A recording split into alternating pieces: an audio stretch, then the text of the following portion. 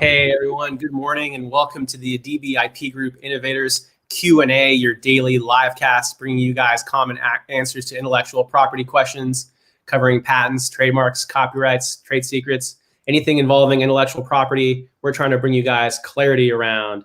So this is episode number 80. Before we get into today's show, we have a very special guest for today's show, which is super exciting. We're super stoked to have a guest. We're trying to do more of that format. But real quick, I just want to do a quick recap of what we did yesterday on episode 79.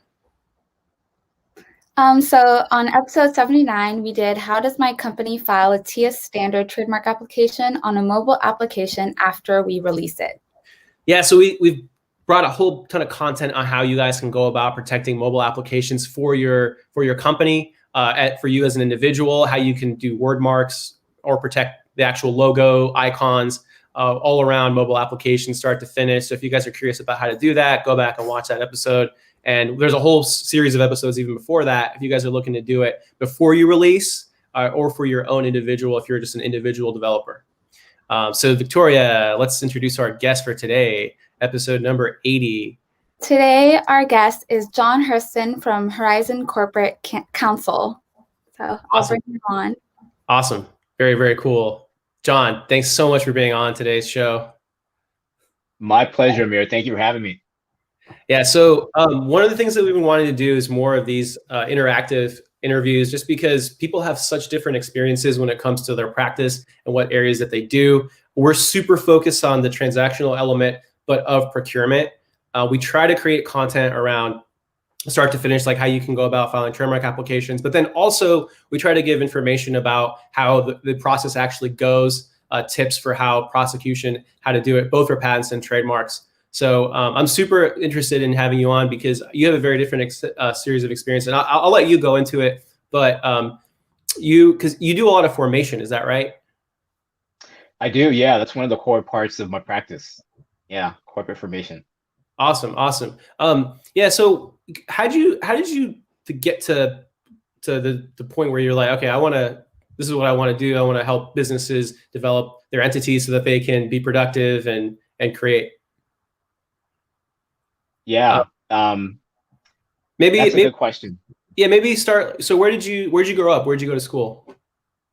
Yeah, well, I'm originally from San Diego. I think you can see my Charger helmet in the picture up there. That's where I grew up. I always tell people that in the Bay Area, they get a kick out of it. But yeah, I'm from San Diego originally. And then I came up to the Bay Area a while ago, at least 20 years ago, to go to college in the East Bay at Cal. Yeah. And so you're a bear? Just I'm a bear. That's right. That's right. But, even as a kid, like I always enjoyed writing. I would write stories and little comics, and I just love the process of putting things in the written format. As a kid, I really had a respect for just the power of words. The very first contract that I wrote, because that's what I like doing more than perhaps anything. The very first contract I wrote was when I was in probably like 5th or 6th grade. And yeah, really, yeah, I was that kid. I wanted to borrow a toy from a friend, and I don't know how you grew up. Oh, this is great. But in my house, if I came home with a toy that wasn't mine, my parents would, we just didn't do that. So I remember writing a contract to borrow a toy. I think it was like a Game Boy or something like that, something I really wanted, and just putting it in writing. And so that's just kind of my mindset. When I got to college, I ended up studying political science. Yeah, and I had an opportunity. I gotta stop you. That's an origin story, man. Yeah. What was the consideration there? There was no consideration. This was way before law school, but it was a 3-party transaction, Amir. That's why I had to get it in writing. A lot of moving parts, covering my bases. But yeah, when I got to college, I studied political science. I'm sorry, I love this, man. So you handed the contract. You handed the contract to your parents, and you're like, so here, check it out. It's all legit. I don't even think I had to do that. And this is such a long time ago, but you know how kids are. One kid will have a toy, another kid will have another toy, and you'll just swap toys. And so I think this kid, we'll call him Party B, I think borrowed the Game Boy from Party A, and I wanted what Party B had, me being Party C, so I had to put that in writing. And so yeah, the consideration was some type of toy. I don't remember what it was, but I remember having him sign it, like type of nerd I was. Was it like during recess? But no, this was in class. This was in class, yeah. Okay. Yeah, Nice. so I guess I was destined for this before I even realized that. But as I said, yeah, I love writing. And then by the time I got to college, I was studying political science, and I worked with a local Congress member, excuse me, not Congress member, assembly member in the state assembly. And I started running into these lobbyists, these people who would draft legislation to ultimately be codified. And it really dawned on me, because every substantive change I think we've had in this country has either originated from or been related to in some way to legislation. So the idea of being able to write a law, to right a wrong or correct a problem, I thought that was incredible. Did you go into that job? Did you go into that job already knowing that, or why did you take that job? What was the decision making behind pursuing that? Because politics, yeah, is very different. Politics is a rough world, yeah. So it wasn't for me. That's what I learned. Long story short, but I went into that role because I really love campaigning. I love campaigning, and I learned a ton. Learned about campaign finance. Learned about, but that's what kind of led me into that. But as I would run into these lobbyists, I would ask them like, what do you do? And of course they would say, I'm a lawyer, and this is what I do. I draft these laws. I try to get, members of the assembly to sponsor them and pass it through. And of course, you can use that for a good purpose, or you can use that for a not so good purpose. But I really was really impressed with the idea that you can create like a tangible substantive change by something that you write. So, I think that's what ultimately led me to really having this love for contract. Fast forward a few years later, I was in business school. I gotta ask you. Sorry. Yeah. What surprised you, if anything? Like, was there something that really stood out that you were shocked by or surprised by when you were in the political arena? I can't say there was. You kind of know what you get into, and I hate to like be that pessimist, but you're kind of rolling around in the mud, Yeah. So I worked with a person who I really admired. She was great.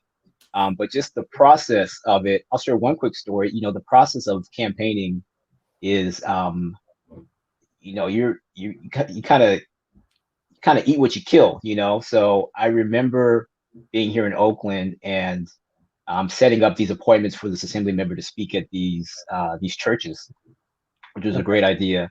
But just the idea of mixing religion and politics, and I was like, this is not the place for me. I'm no angel, but I knew this is kind of this is not what I want to be involved in long term. But you gotta know how the hot dogs get made, right? It's not pretty. Exactly. Wow. Yeah.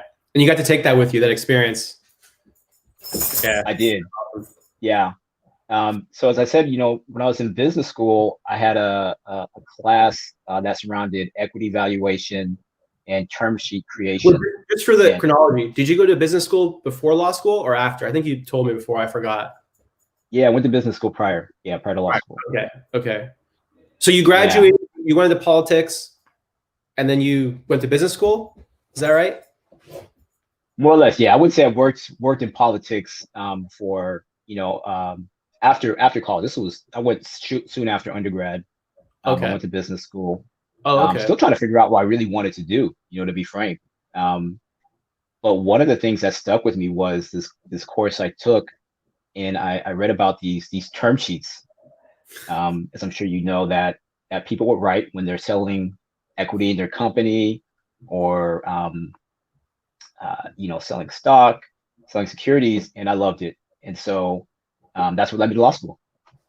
Okay. Wow. What else? What about business school? So business school is interesting because it's all about the case study method, right? So you read cases, you see how people solved a certain issue and related to business.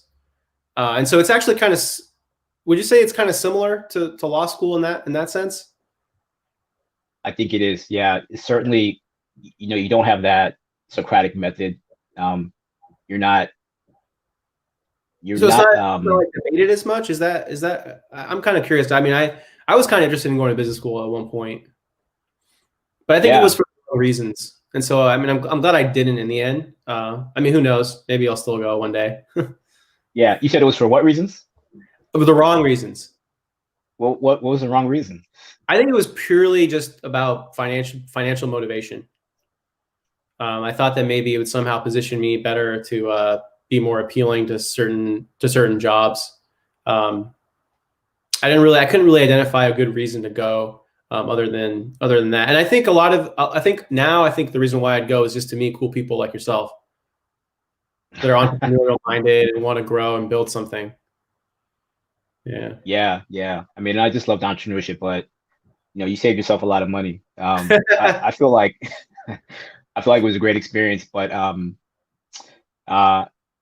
yeah, in terms of the difference, you don't have that back and forth Socratic teaching method, of course. It's way more collaborative. And I think, when you're doing group projects, it's very team oriented. I don't know about your experience in law school, but I mean, I went to school with some great people, but we just didn't have the time to have those type of group experiences because you're so busy. Yeah, exactly. Yeah, and then you gotta do the projects with there's one guy or one person that doesn't contribute, but then that's a learning experience, right? It's all part of the growth and development. Absolutely, yeah. And you see that when you get to the real world, right? You Exactly. have projects. People contribute in different ways. People have different skill sets that they bring to the table. Yeah. So, okay, so you're in business school, and you're like, oh, wait a minute, I got to go to law school. I'm really into these documents that define and value a company and how equity is split and how profits and losses are exist. And so you thought, okay, wait a minute, I got to go to law school. Is that sort of what happened? Yeah, it's really like it was kind of like an aha moment. I was like, wow, like who wrote this book? And of course it's these big law attorneys, but understanding how it can be utilized. And again, I think the thing that I loved was the creativity that you could put into drafting some of these contracts. So, it's like a blank canvas, and really knowing the business, knowing the needs of the owners, knowing the goals of that transactions, the sky's the limit. I think once you really understand the core goals, there's just so much possibility to have these different nuances that are tailored to the unique goals of the parties involved. So, John, you hit a nugget here. This is super interesting to me because you're talking about creativity. And I think that a lot of people that think about business law, transactional law, they think it's a lot of copy paste, a lot of templates.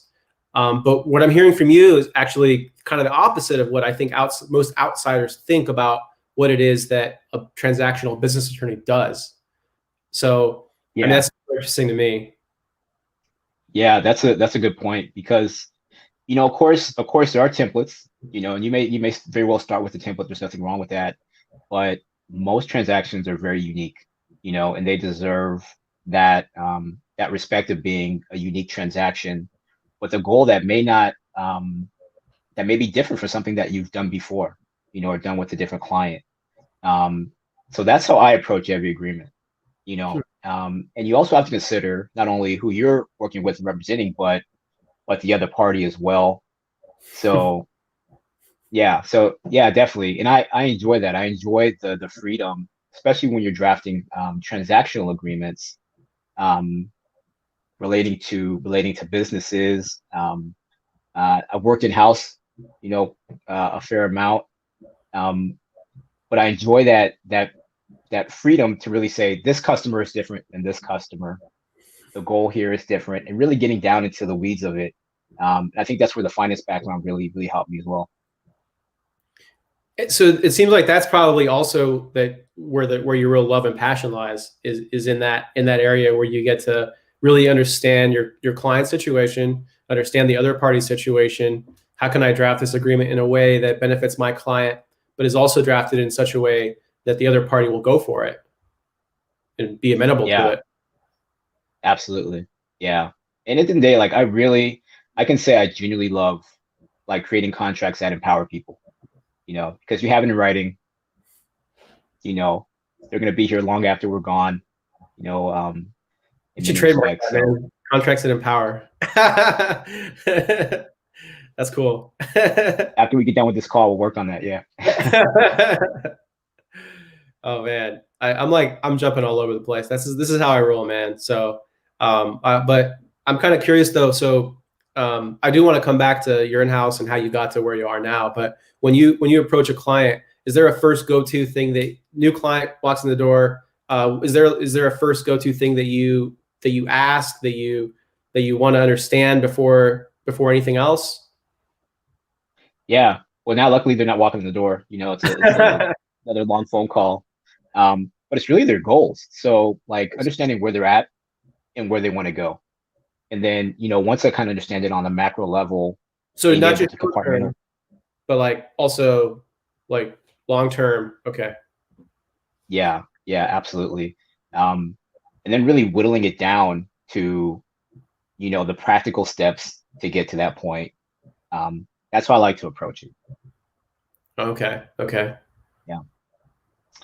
How about you though? Because you've been doing this, longer than I have, and I'm sure you've had that initial conversation with so many clients. What's your thought process?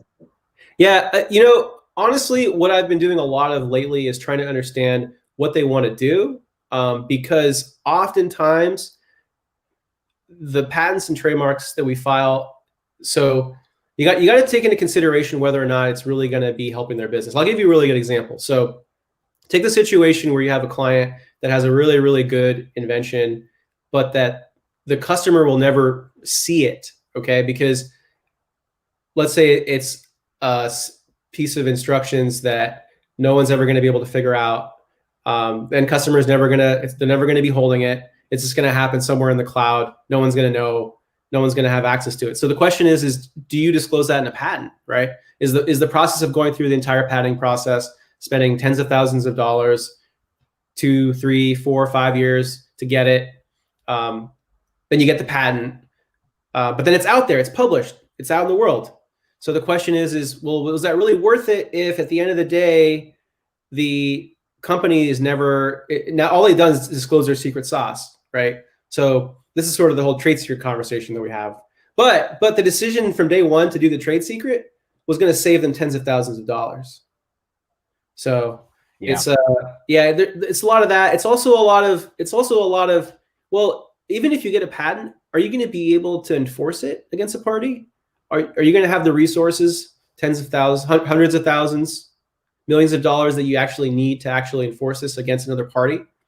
If the answer is no, then is that money better spent on developing R&D in other areas, developing out your market, growing, expanding, hiring new people? So yeah, it's a big consideration. Yeah. Kind of like what you're saying, but I guess for me, part of the issue is that this question of necessity, right? So if someone comes to you and they need you to draft a lease or I don't know, a purchase agreement, that's a necessity, right? That's you need that Game Boy game. Like there's no question, right? We're going to figure out a way to broker this deal. For patents, on the other hand, a lot of it does come down to whether or not, well, okay, let's say we don't do this at all. Is life still going to go on? Is our business still going to be able to move forward? And more often than not, the answer is yes. And so that really, really comes into play for my practice, where it's like, okay, it's good use of resources. Yeah, it's cost benefit analysis. And I mean, like a good attorney will absolutely have that conversation. Got up front, right? Up front. Yeah. Absolutely. No, I admire and respect that, because that is important, because the people I work with, I mean, I work with some larger companies and mid-sized companies, but I also work with entrepreneurs, so cost is always something that has to be taken into account. And you want to have, if you're spending money for an attorney, that has to be money that's being well utilized and leveraged, not for nice to have, but for necessity, like you said. So yeah, that's a great point. Yeah. Yeah. I'm super interested though in how, so because that dynamic is so interesting. It's a very different dynamic when you look at an entrepreneur that comes in with next to zero resources and one that the company that has a lot of resources, and how you go about navigating that situation. Because I'm always interested in hearing about how other people do it. One of the things that I've noticed is that, and I don't know if you've experienced this, but this is definitely an issue, a huge issue in patent land, where sometimes you have solo inventors that they really have it in their head that you're going to help them get a patent, and then they're going to be able to take that patent and turn and flip that into a business. And so a lot of my conversations that I have is trying to flip that and explain to people, look, patents are ancillary. It's a really valuable tool. It might have licensing potential. It'll give you leverage when you're negotiating with potential buyers.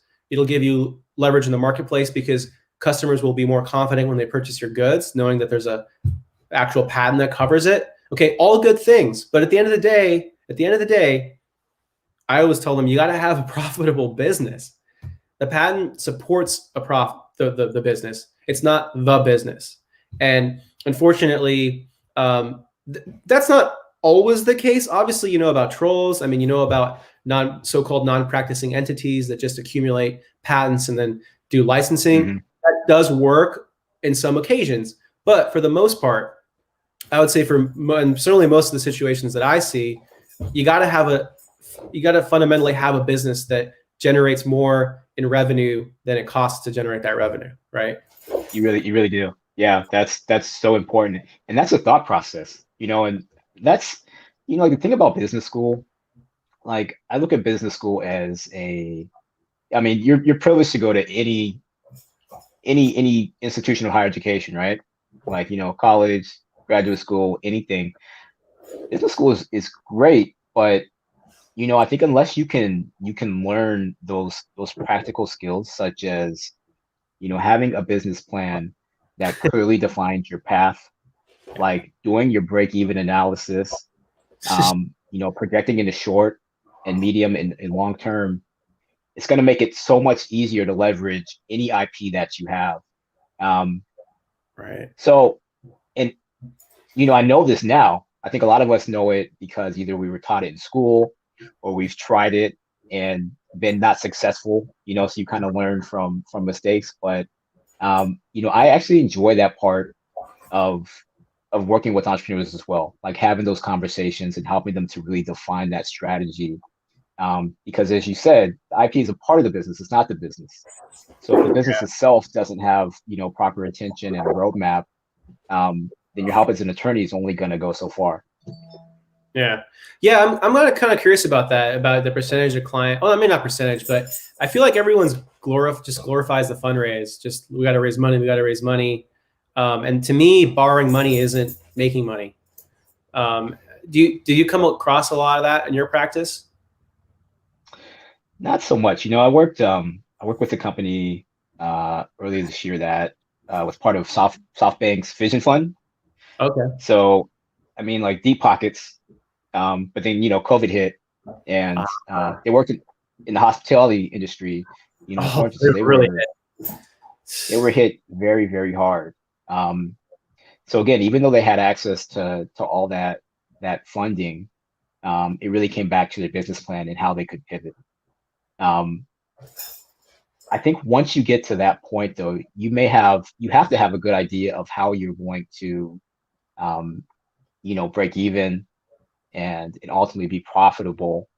But yeah, I mean, borrowing money, and if it's not being leveraged right to actually grow, then you're just spending other people's money. You really are. Yeah. So.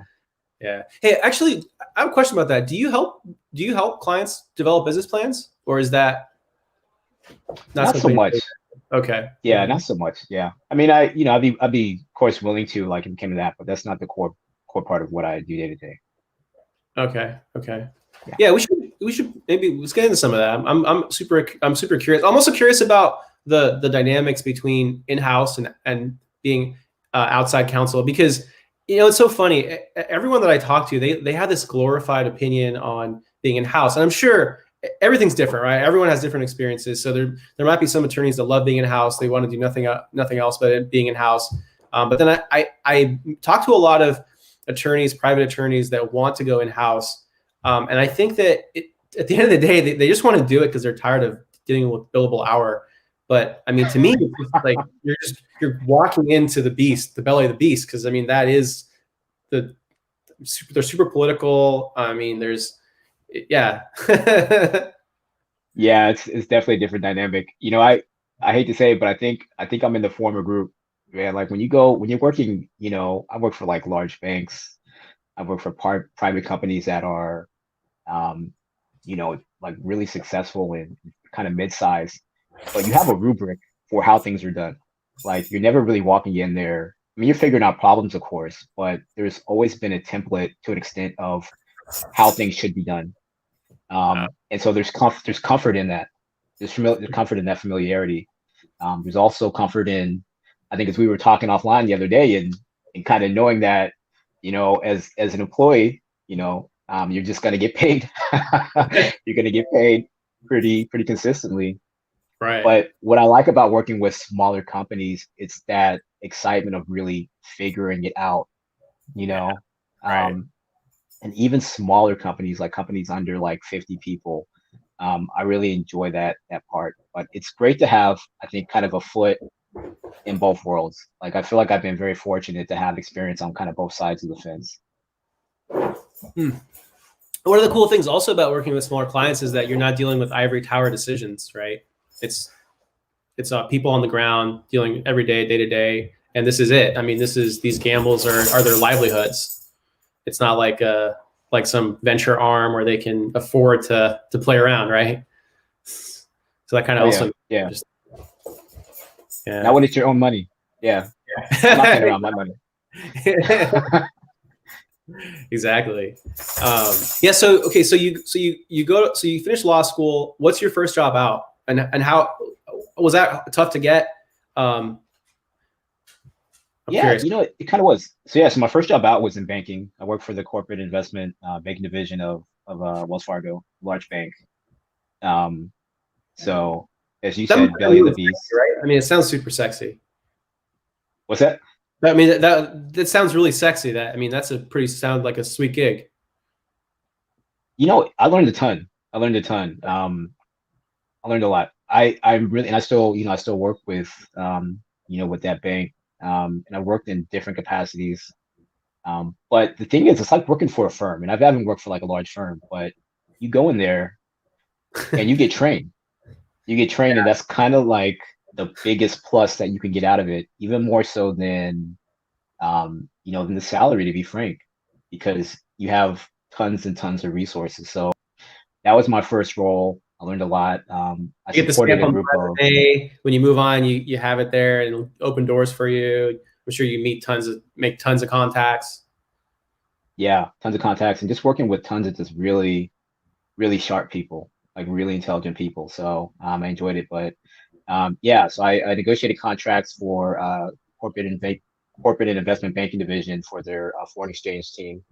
It was fun. You know, the cool thing about working for banks, and this is one thing I'll tell anybody, is, you know, you have a good work-life balance because, you know, you're up a little bit earlier, but then when the markets close on the East Coast, yeah, man, it gets really quiet.